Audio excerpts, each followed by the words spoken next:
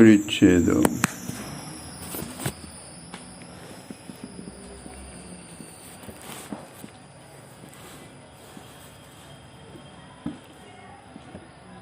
তাবৎ কর্মাণি কুর্বিত ন নির্বিদ্যেতু যাবতা মত কথা শ্রবণাদৌ বা শ্রদ্ধা যাবন ন জায়তে।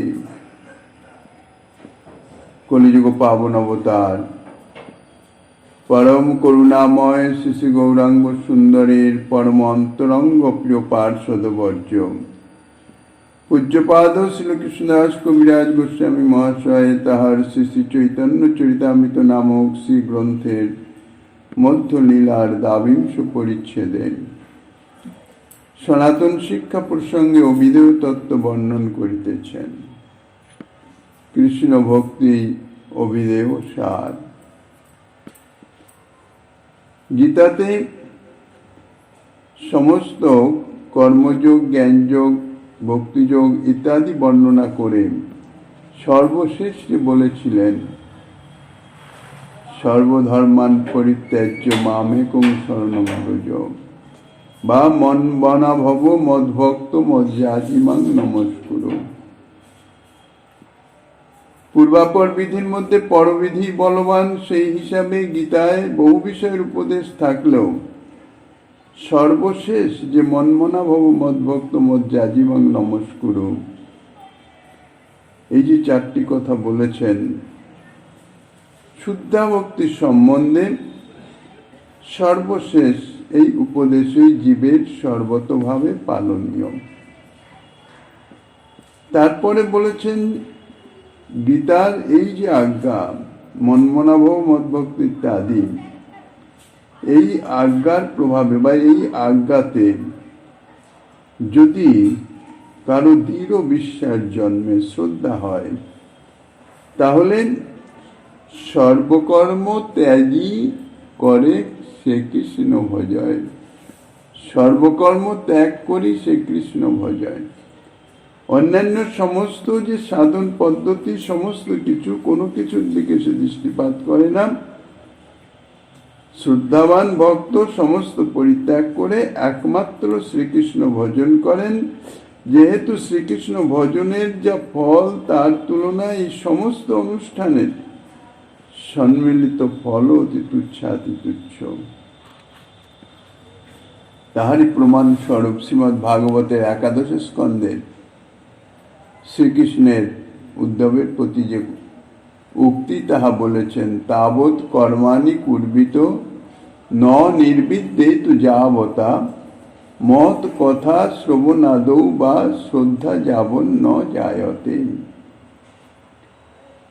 ততদিন পর্যন্ত কর্ম করবে, অর্থাৎ কর্তব্য হিসাবে কর্তব্য কর্ম, ব্যবহারিক যা কিছু সমস্ত, ততদিন পর্যন্ত বাধ্যবাধকতা জীবের। কতদিন? ন নির্বিদ্যেত যাবতা, যতদিন না নির্বেদ আসে। নির্বেদ অর্থাৎ সমস্ত কিছু বিষয়ে আসক্তি শূন্যতা, আবেশ শূন্যতা, দেহাবেশ, গেহাবেশ ইত্যাদি যতদিন না আসে ততদিন পর্যন্ত তার কর্তব্য কর্মে বাধ্যবাধকতা আছে। সমস্ত কিছু তাকে করতে হবে, না করলে তাতে প্রত্যাবায় আছে। আরেকটি কথা বলেছেন মত কথা শ্রবণাদৌ বা শ্রদ্ধা যাবন ন জায়তে। এক তো নির্বেদ অবস্থা, তুরী অবস্থা, আসক্তি শূন্য অবস্থা, দেহাবেশ গেহাবেশ সব বিষয়ে যার কোনো আবেশ নাই, উদাসীন, তার কোনো কর্তব্য কর্ম ইত্যাদি কোনো অপেক্ষা থাকে না, বাধ্যবাধকতা থাকে না। আর মত কথা শ্রবণাদৌ অর্থাৎ ভগবত কথা শ্রবণে যতদিন শ্রদ্ধা না জাগে, শ্রদ্ধা যদি হয় ভগবত কথা শ্রবণে, শ্রবণ কীর্তন অর্চন ইত্যাদি, মত কথা শ্রবণাদৌ শ্রবণ ইত্যাদি, অর্থাৎ শ্রীকৃষ্ণ ভজনে, ভক্তি অঙ্গ যাজনে যতদিন না শ্রদ্ধা জন্মাচ্ছে। শ্রদ্ধা জন্মালে সর্বকর্ম ত্যাগ করে যে জীব শ্রীকৃষ্ণ ভজন করেন তার কোনো প্রত্যপায় হয় না, কোনো অপরাধ হয় না। তার কারণ শ্রদ্ধা, এই যে শ্রদ্ধা, এই শ্রদ্ধাই হচ্ছে বিশেষ। শ্রদ্ধা কাকে বলে, কি করে বুঝবো? ভগবত কথা শ্রবণ, কীর্তন, ভক্তি, অঙ্গ যাজন ইত্যাদি সকলেরই স্বাভাবিক, যারা অন্তত একটু আস্তিক প্রকৃতি, নাস্তিক নয়, তাদের শ্রদ্ধা আছে। কেউ অশ্রদ্ধা করেন না, কিন্তু শ্রদ্ধা তো সকলেই আছে। তাহলে কি সকলে কর্মত্যাগ করবার অধিকারী হয়ে যায়? তা তো হতে পারে না। তাইলে এই যে মত কথা শ্রবণাদৌ বা শ্রদ্ধা যেমন না যাতে, শ্রদ্ধার নিশ্চয়ই কোনো একটা বিশেষত্ব আছে, কোনো একটা বিশেষ অবস্থায়। শ্রদ্ধাই সাধারণ শ্রদ্ধা নয়, সার্বজনীন যে শ্রদ্ধা, সে শ্রদ্ধা নয়। তার কারণ শ্রদ্ধা জন্মালে সর্বকর্ম ত্যাগ করে যে জীব শ্রীকৃষ্ণ ভজন করেন, তাহার প্রমাণস্বরূপ এই শ্লোক দিচ্ছেন। তাই শ্রদ্ধাটি কি? শ্রদ্ধা শব্দেই বিশ্বাস কহে সুদৃঢ় নিশ্চয়, কৃষ্ণ ভক্তি করিলে সর্বকর্ম কৃত হয়। এই অবস্থায় যখন জীব উন্নীত হয়, তখন বলা যায় তাহার যথার্থ শ্রদ্ধা হয়েছে। সর্বকর্ম ত্যাগ করি সে কৃষ্ণ ভজয়। এই কেন সর্বকর্ম ত্যাগ করে কৃষ্ণ ভজন করবেন, তাহা এই পয়েন্টের শেষার্ধে বলেছেন, যে তার শ্রদ্ধা জাত হয়েছে। কি জাতীয় শ্রদ্ধা? কৃষ্ণ ভক্তি করিলে সর্বকর্মকৃত হয়। এই যে কথা, একমাত্র কৃষ্ণ ভজন করলে তার সমস্ত কিছু করা হয়ে যায়, এই কথাতে বিশ্বাস, তাই হচ্ছে শ্রদ্ধা। বিশ্বাস কিরকম বিশ্বাস? সাধারণ বিশ্বাস নয়। কবিরাজ গোস্বামী বলছেন শ্রদ্ধা শব্দে বিশ্বাস কিরকম? সুদৃঢ় নিশ্চয়। এই বিশ্বাসের দুটি বিশেষণ দিয়েছেন, একটি সুদৃঢ় আর একটা হচ্ছে নিশ্চয়, নিশ্চয়াত্মিকা। শ্রদ্ধা শব্দের অর্থ হচ্ছে শাস্ত্র বাক্যে বিশ্বাস। কৃষ্ণ ভক্তি করলে যে তার সমস্ত কিছু করা হয়ে যায়, অন্য কোনো কিছু করার অপেক্ষা থাকে না। সাধারণভাবে জীবের যে পঞ্চঋণ আছে, দেবঋণ, ঋষিঋণ, পিতৃঋণ ইত্যাদি, যাহা প্রতিটা জীবেরই সে ঋণ পরিশোধ করা অবশ্য কর্তব্য, অর্থাৎ কর্তব্য কর্মের মাধ্যম দিয়ে। কিন্তু কৃষ্ণ ভজন করলে তার আর কোনো ঋণ থাকে না। তো এই যে শাস্ত্রে এই যে সমস্ত কথা, বা কৃষ্ণ ভজনই জীবের একমাত্র কর্তব্য, কৃষ্ণ ভজন করলে তার আর কোনো কর্তব্য থাকে না। অর্থাৎ কর্তব্য কর্মের অকরণে তার কোনো প্রত্যবায় হয় না, অপরাধ হয় না। কিন্তু কৃষ্ণ ভজন না করে সে যদি কর্মে অবহেলা করে, কর্তব্যে অবহেলা করে, তাহলে তাহাতে তার অপরাধ বা পাপ হবে, তার ফল তাকে ভুগতে হবে। এই যে শাস্ত্রে কৃষ্ণ ভজন করলে তার সমস্ত কিছুই করা হয়ে যায়, কোনো কিছু করার আর অপেক্ষা থাকে না, এই শাস্ত্রের শাস্ত্রবাক্যে বিশ্বাসটাই হচ্ছে শ্রদ্ধা। কিরকম বিশ্বাস? সুদৃঢ় বিশ্বাস। কোনো অবস্থাতেই সেই বিশ্বাস ভঙ্গ হবে না, সে বিশ্বাসের কোনো নড়চড় নাই। এত দৃঢ় সে বিশ্বাস যে যত প্রতিকূল অবস্থা হোক না কেন, সে বিশ্বাস তার ভাঙবে না। আর নিশ্চিত বিস্ময়, নিশ্চয়াত্মিকা বিস্ময়, নিশ্চয়, যে বিশ্বাসে কোনো রকম সংশয়ের ছায়া মাত্রও নাই, আভাসও নাই। কৃষ্ণ ভজন করলে সর্বকর্ম করা হয়ে যায়, কোনো প্রতিকূল অবস্থাতেই সে বিশ্বাস তো ভাঙবে না। আর দ্বিতীয়ত কথা, ভাঙবে না শুধু নয়, মনের মধ্যে কোনো রকম সংশয় আসবে না যে সত্যি সত্যি কি এটা ঠিক। বিশ্বাস করছে ঠিকই, অন্য কোনো কর্ম করছেও না, কৃষ্ণ ভজনই করছেন, কিন্তু মনের মধ্যে যদি কোনো সংশয়ের ছায়া আসে, যে শাস্ত্রের এই যে কথা এটা কি সর্বাংশে ঠিক, তাহলে কিন্তু তার নিশ্চয়াত্মিকা বিশ্বাস হলো না, সংশয়ের অবকাশ রয়ে গেছে। এই জন্য দুটো বিশেষণ, সুদৃঢ় এবং নিশ্চিত। যে বিশ্বাসের কোনরূপ নড়চড় নাই, যে বিশ্বাসের সংশয়ের ছায়া মাত্র নাই। শ্রদ্ধা শব্দের এই অর্থ জেনেই তারপরেই এই যে বলেছেন যে সর্বকর্ম ত্যাগ করি সে কৃষ্ণ ভজয়, এই আজ্ঞা বলে ভক্তের শ্রদ্ধা যদি হয় সর্বকর্ম ত্যাগ করি সে কৃষ্ণ ভজয়, অর্থাৎ এই জাতীয় শ্রদ্ধা যদি হয় তাহলেই সে সর্বকর্ম ত্যাগ করে, অর্থাৎ কর্মমার্গ, জ্ঞানমার্গ, যোগমার্গ ইত্যাদি যা কিছু আছে সমস্ত কিছু ত্যাগ করে সে একমাত্র শ্রীকৃষ্ণের ভজন করে।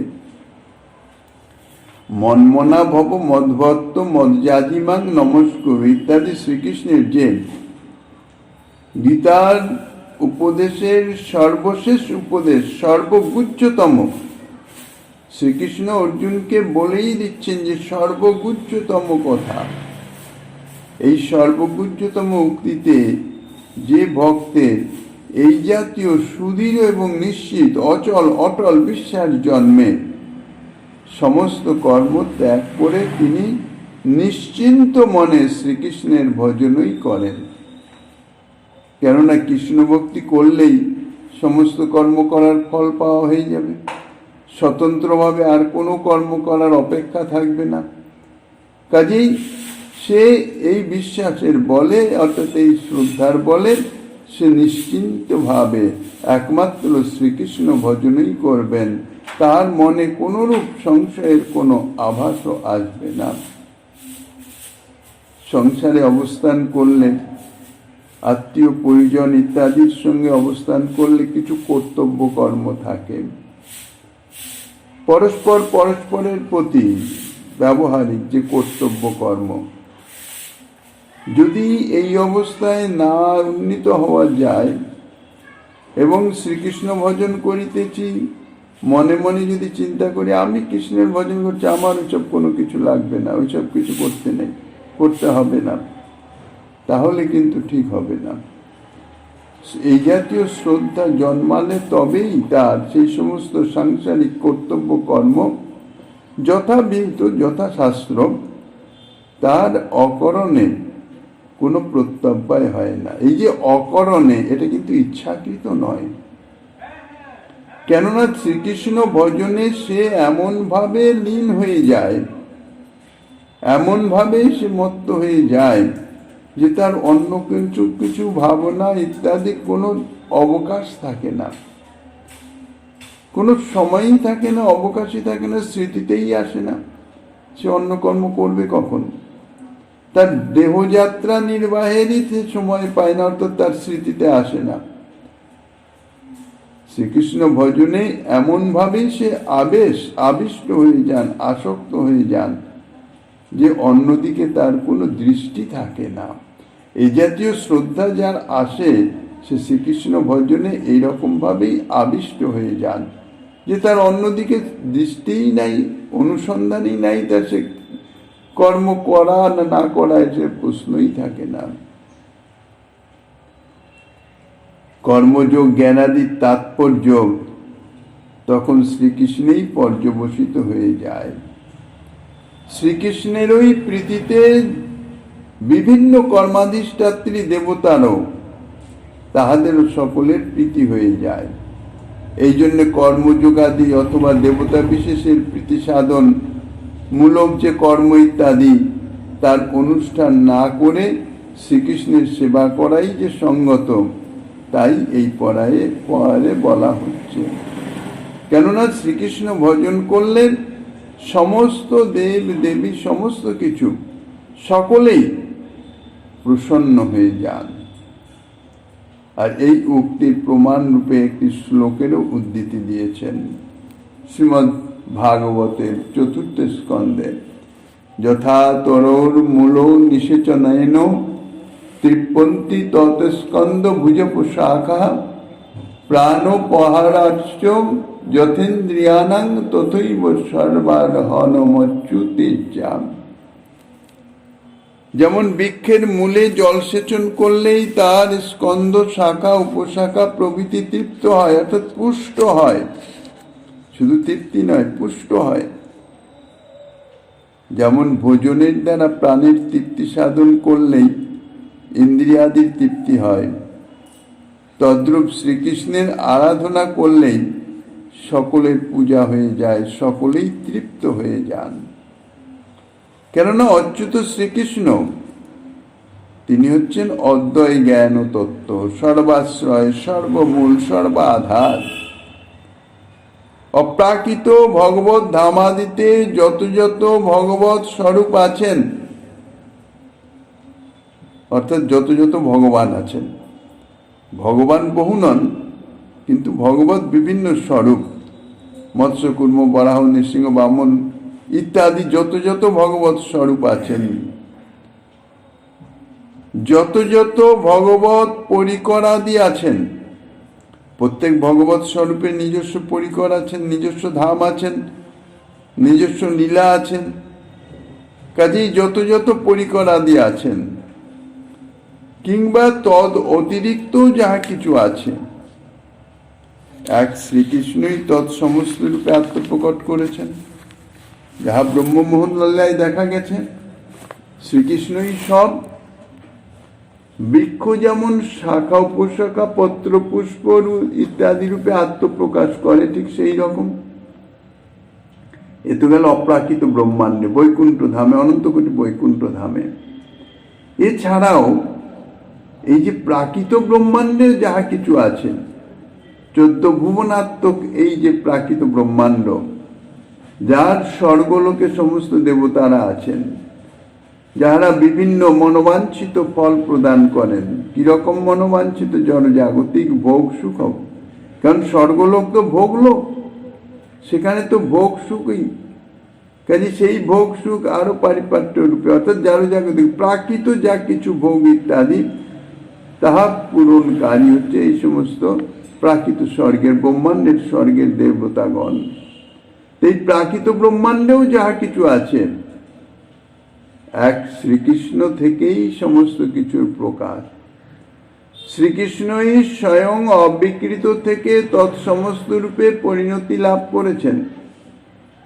সুতরাং যেখানে যা কিছু আছে তাই হচ্ছে শ্রীকৃষ্ণের অংশ, বিভূতি ইত্যাদি।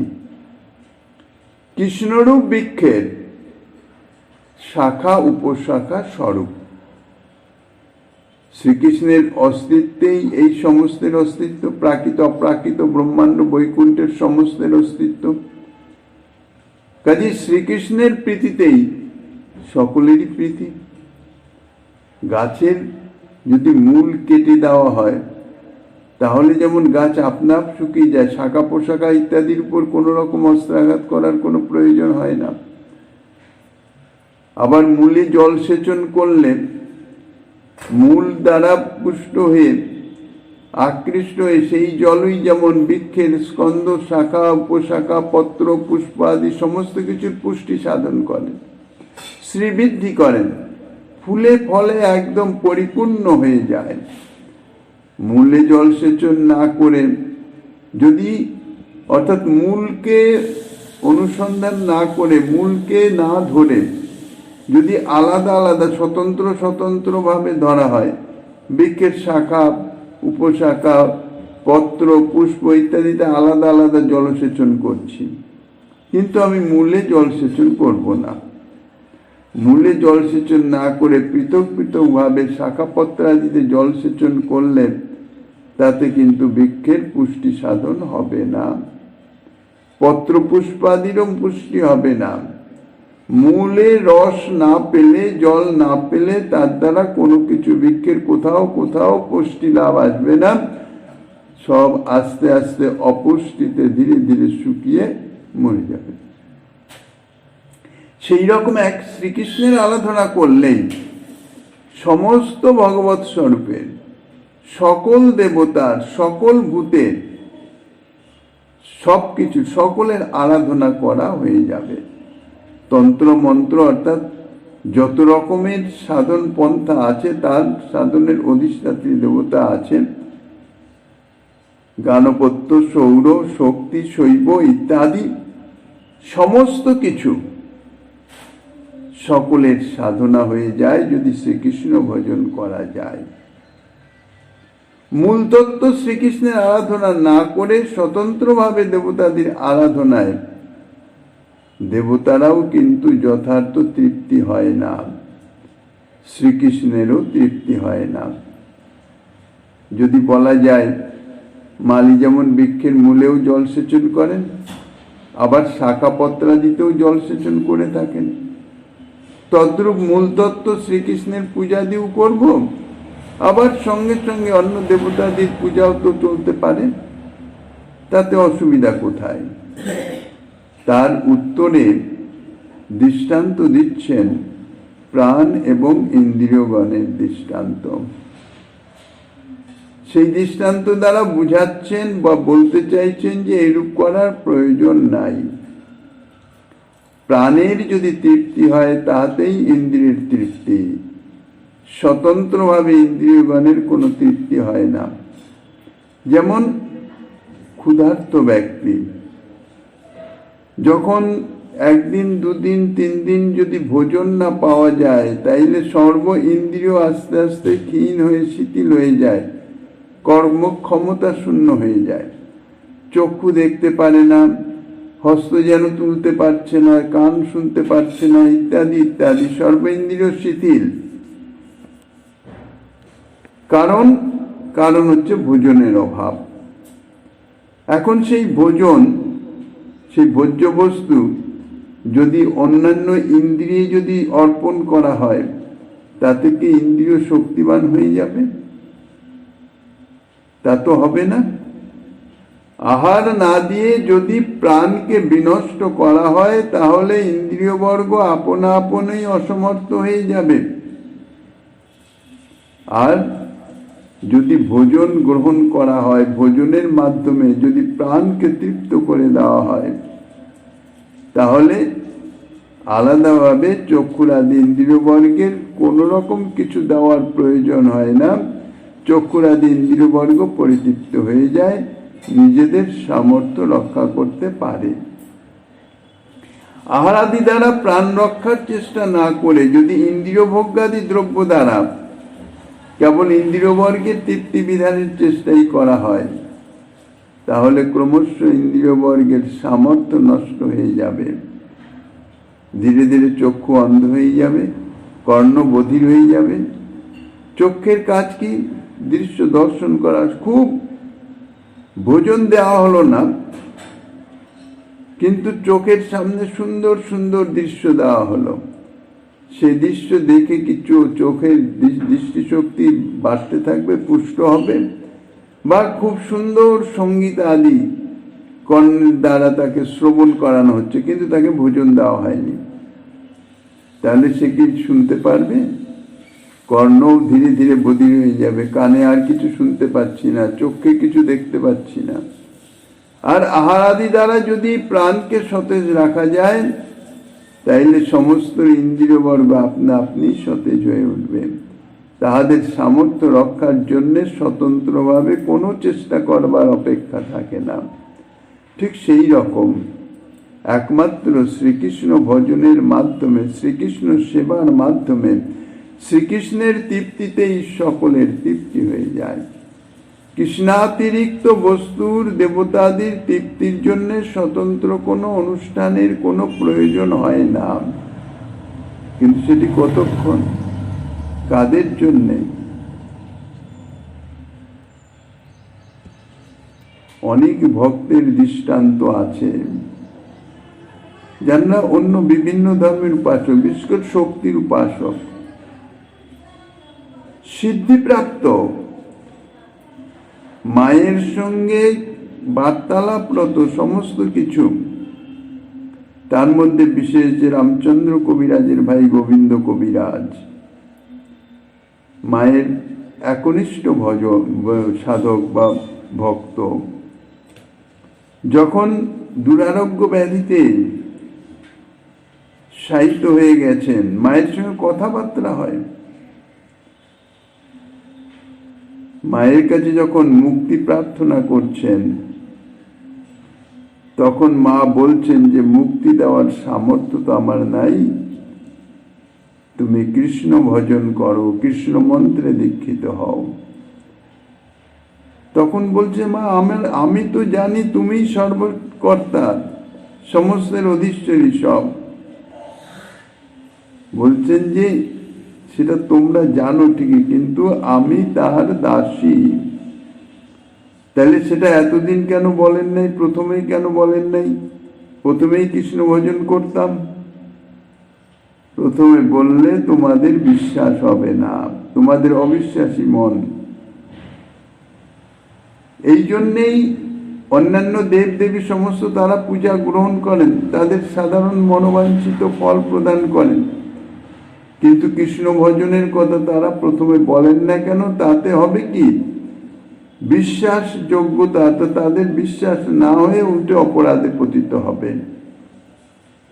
কিন্তু যখন সেই রকম পরিস্থিতি হয়, তখন তারই আরাধ্য দেব তাকে শ্রীকৃষ্ণ ভজনের উপদেশ প্রদান করেন। গোবিন্দ কবিরাজকে তাই বললেন।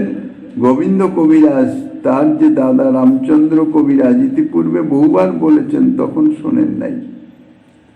অন্তরে গর্ব, আমি মায়ের উপাসক, আমি কেন কৃষ্ণের ভজন করতে যাব? কিন্তু সেই মা যখন তার এই শেষ অবস্থাতে বলে, তোমাকে উদ্ধার করবার সামর্থ্য আমার নাই, তুমি কৃষ্ণ ভজন করো, যখন এই উপদেশ দিলেন, তখন অগত্যা যেমন আমাদের হয়, ডাক্তার যদি জবাব দিয়ে দেয় যে আর আমাদের কিছু করার নাই, তখন বাধ্য হয়ে সে ভগবানকে ডাকে, ভগবানের চরণে শরণাপন্ন হয়। ঠিক সেই রকম মা যখন হাত গুটিয়ে নিলেন, আমার এটি দেওয়ার সামর্থ্য নাই, তুমি শ্রীকৃষ্ণ ভজন করো, তখন তার বিশ্বাস এলো। তখন সে দাদাকে পত্র লিখল, দাদা শ্রীনিবাসাচার্য প্রভুকে নিয়ে এলেন।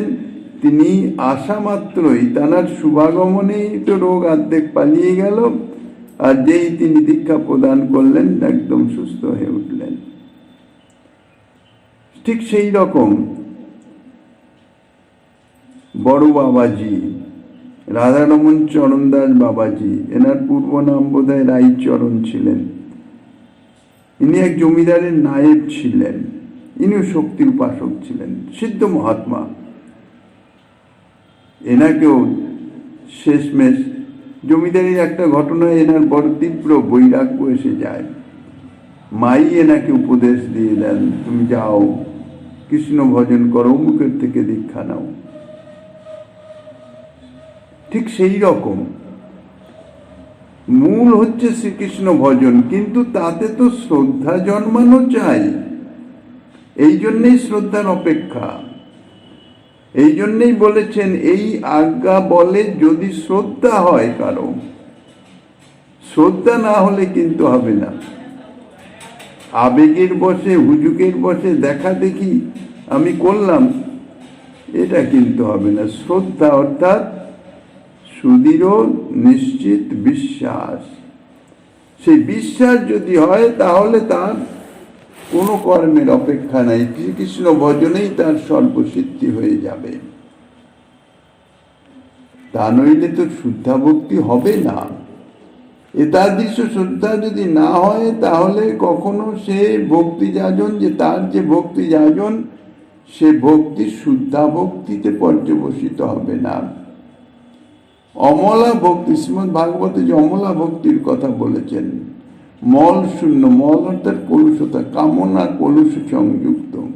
সে যে কোনো কামনাই হোক না কেন, জড়জাগতিক হোক আর পারমার্থিক হোক, মুক্তি লাভ হোক, বা ভগবত ভজন করে একটু সুখ প্রেমানন্দ অনুভব, সাধারণত একটু প্রেমানন্দ অনুভব, প্রেমের আনন্দ, কিন্তু সেও তো নিজের জন্যে, সেটা তো যথার্থ নয়। সেটা সেই ভক্তি শুদ্ধা ভক্তি হয় না, সেটা তো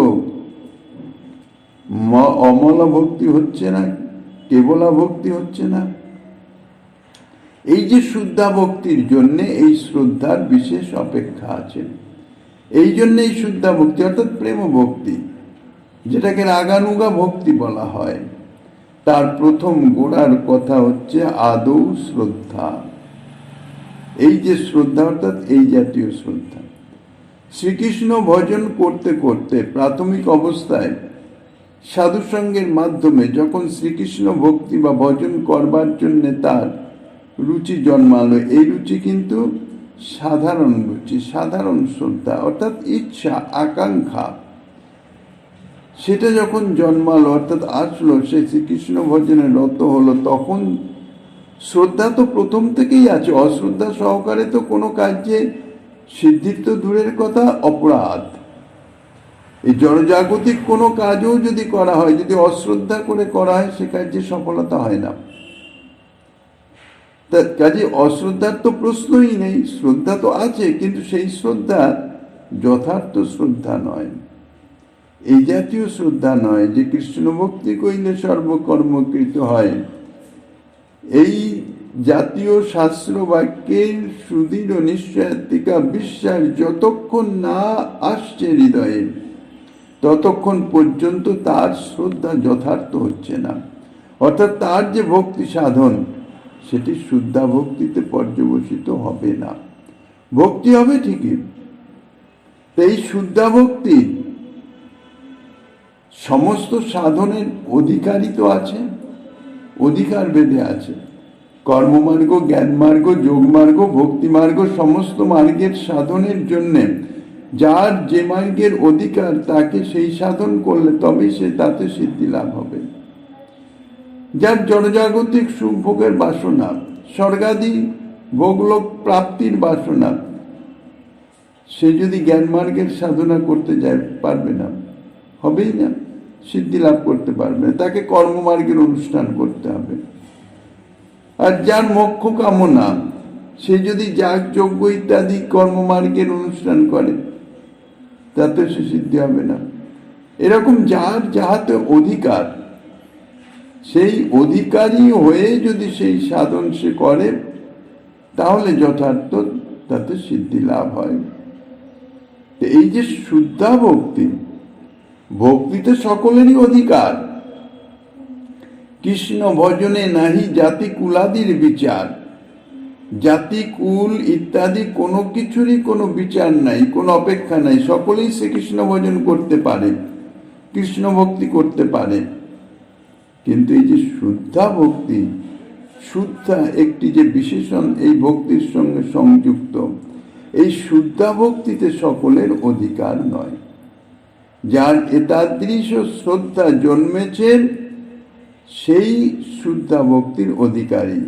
অর্থাৎ রাগানুগা ভক্তি, যে বিশুদ্ধ ভক্তি, কেবলা ভক্তি, এই রাগানুগা ভক্তির অধিকারী সেই হতে পারে যার এই শ্রদ্ধা জন্মেছে।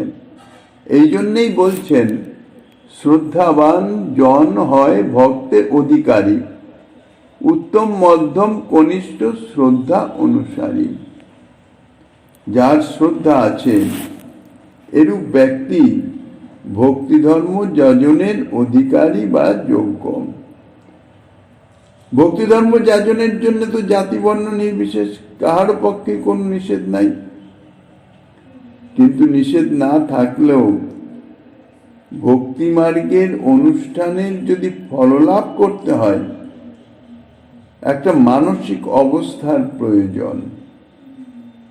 মনের যে অবস্থা জন্মলে, অর্থাৎ যে ভাব, যে অবস্থায় উন্নীত হলেন, মনমনা ভব মদভক্ত ইত্যাদি ভগবত বাক্যে যথার্থ শ্রদ্ধা হয়, অর্থাৎ বিশ্বাস হয়, সেই অবস্থায় ভক্তি ধর্ম যাজনের পক্ষে মানসিক যোগ্যতার পরিচায়ক। এইরূপ যোগ্যতার প্রতি লক্ষ্য রেখেই এখানে গোস্বামীপাদ বলছেন, শ্রদ্ধাবান জন হয় ভক্তে অধিকারী, অর্থাৎ ভক্তিতে অধিকারী। শ্রদ্ধাবান জন, যার শ্রদ্ধা আছে। এখানে একটা কথা বলা আবশ্যক, যে যার শ্রদ্ধা জন্মে নাই, তারও কিন্তু হতাশ হওয়ার কারণ নাই। শ্রদ্ধা জন্মে নাই, অর্থাৎ এতাদৃশ শ্রদ্ধা, অর্থাৎ বিশ্বাস, এতাদৃশ বিশ্বাস, সুদৃঢ় এবং নিশ্চয়াত্মিকা যে বিশ্বাস, সেই বিশ্বাস জন্মে নাই। সেই বিশ্বাস যার হয় নাই, কিন্তু সে সাধু সঙ্গের প্রভাবে ভজনে প্রবৃত্ত হয়েছে, কিন্তু তাদৃশ শ্রদ্ধা তার আসে নাই, হয় নাই। তাহলে কি তার কোনো কিছুই হবে না, কোনোই প্রাপ্তি হবে না? তা নয়, তারও হতাশার কারণ নাই। কেননা শ্রীমদ্ ভাগবতের এই শতাং প্রসঙ্গান মম বীর্য সংবিদ ইত্যাদি শ্লোকের তা থেকে জানা যায় সাধুদিগের মুখে ভগবত কথা শুনতে শুনতে শ্রদ্ধা জন্মে। প্রথমেই তো আর শ্রদ্ধা আসে না, প্রথমেই তো কৃষ্ণ ভজনে সে রত হয় না।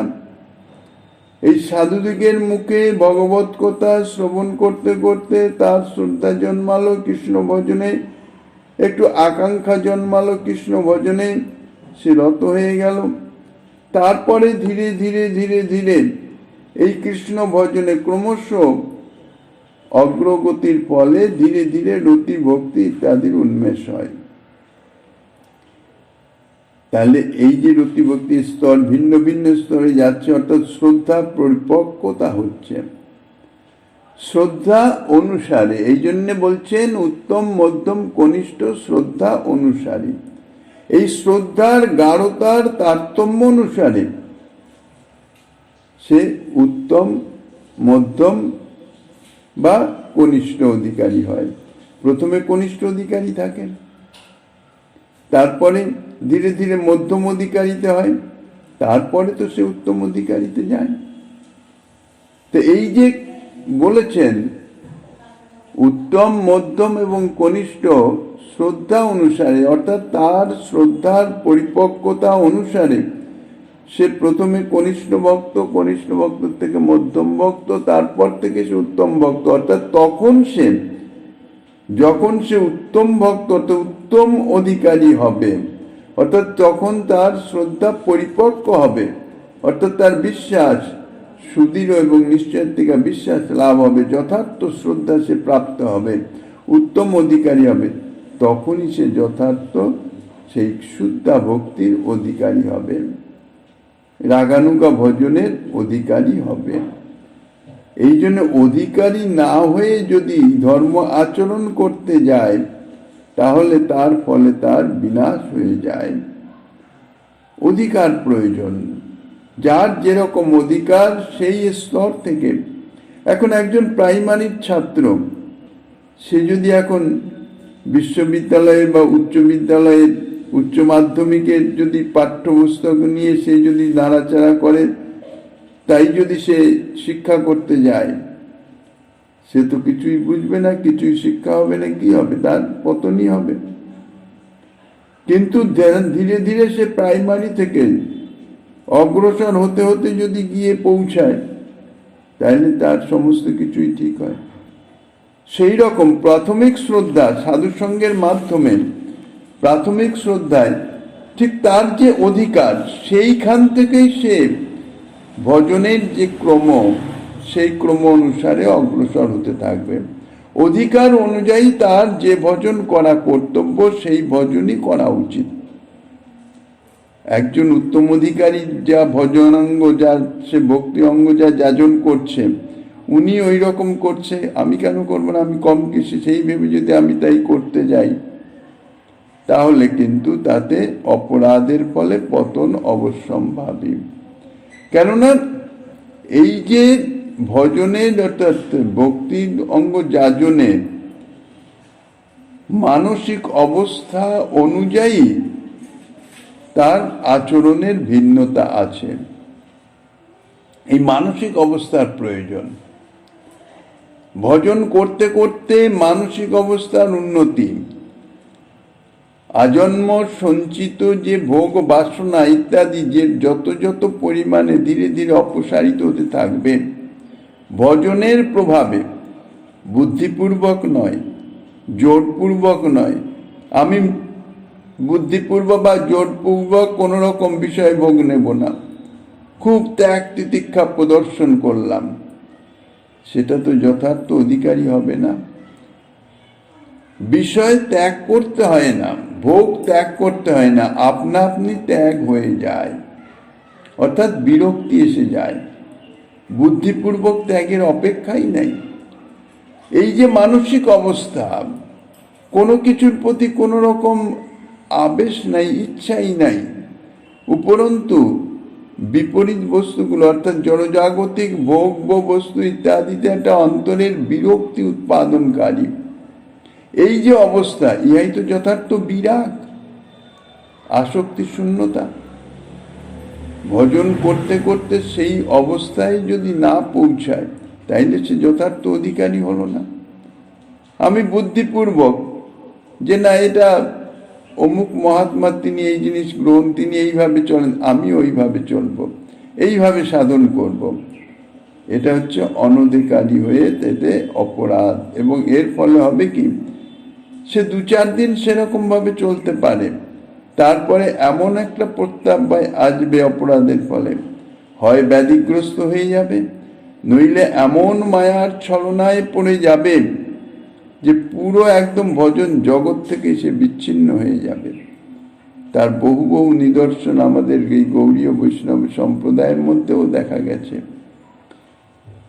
বাল্যকাল থেকেই ত্যাগ বৈরাগ্য নিয়ে ভজন করতে করতে এমন অবস্থায় এসে গেছে, অতিরিক্ত তীব্র বৈরাগ্য ইত্যাদি দেখাতে গিয়ে এমন অপরাধের চক্করে পড়ে গেছে যে পুনরায় তাকে সংসারে প্রবেশ করতে হয়েছে। এরকম বেশ ভালোই দৃষ্টান্ত আছে। এমনও দৃষ্টান্ত আছে 60 বৎসর বয়সে গিয়েও সে পুনরায় সংসারে প্রবিষ্ট হতে হয়েছে।